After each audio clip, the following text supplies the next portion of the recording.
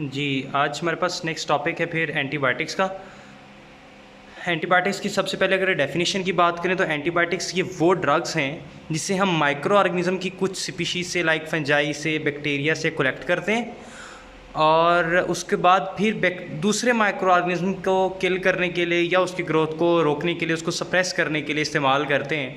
तो ऐसी ड्रग्स को नाम दिया जाता है एंटीबायोटिक्स का। ठीक है, so drugs are substances produced by various species of microorganisms and are used to kill or suppress the growth of other microorganisms. So antibiotics की जब हम बात करते हैं कि ये उसको किल करने के लिए या उसको सप्रेस करने के लिए इस्तेमाल की जाती हैं, तो फिर हमारे पास दो टर्मिनोलॉजीज आती हैं। एक है मिनिमम इनहिबिटरी कंसंट्रेशन, कि बैक्टीरिया की ग्रोथ को इनहिबिट करने के लिए, बैक्टीरिया की ग्रोथ को इनहिबिट करने के लिए जो कम से कम रिक्वायर्ड डोज है वो कहलाएगी मिनिमम इनहिबिटरी कंसंट्रेशन।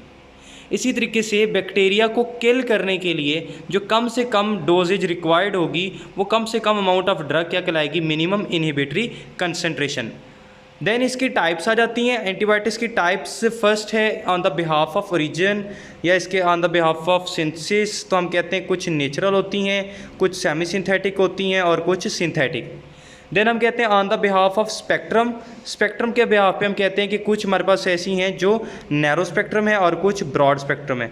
जैसे नैरो स्पेक्ट्रम में हमारे पास एग्जांपल आ जाती है आइसोनाइजिड की, एंड ब्रॉड स्पेक्ट्रम में हमारे पास एग्जांपल आ जाती है टेट्रासाइक्लिन की। देन है on the behalf of microbial action. इसमें दो टाइप्स आ जाती हैं, bactericidal drugs and bacteriostatic antibiotic drugs. Then अगर इसके मैकेनिज्म ऑफ एक्शन की बात करें तो ये एंटीबायोटिक ड्रग्स डिफरेंट वेज में एक्ट करती हैं। कुछ ऐसी एंटीबायोटिक्स हैं जो कि सेल वॉल की सिंथेसिस को इनहिबिट करती हैं, लाइक पेनिसिलिन ड्रग्स। कुछ ऐसी ड्रग्स हैं जो बैक्टीरियल सेल मेम्ब्रेन की फंक्शनैलिटी लाइक उसकी परमेबिलिटी को अल्टर करती हैं, जैसे एंटी फंगल ड्रग्स आ जाती हैं। कुछ ऐसी ड्रग्स हैं एंटीबायोटिक्स जो कि प्रोटीन सिंथेसिस को इनहिबिट करती हैं, लाइक टेट्रासाइक्लिन्स। कुछ ऐसी एंटीबायोटिक ड्रग्स हैं जो कि न्यूक्लिक एसिड की सिंथेसिस को इनहिबिट करती हैं, लाइक रिफामाइसिन। और कुछ ऐसी हैं जो कि फॉलिक एसिड के सिंथेसिस को इनहिबिट करती हैं, लाइक सल्फोनामाइड्स। नेक्स्ट अगर एंटीबायोटिक्स की क्लासिफिकेशन की बात करें तो सबसे पहली हमारे पास क्लास आ जाती है cell wall synthesis inhibitor. Cell wall synthesis inhibitor को हम फर्दर क्लासीफाई करते हैं as beta lactams and non beta lactams.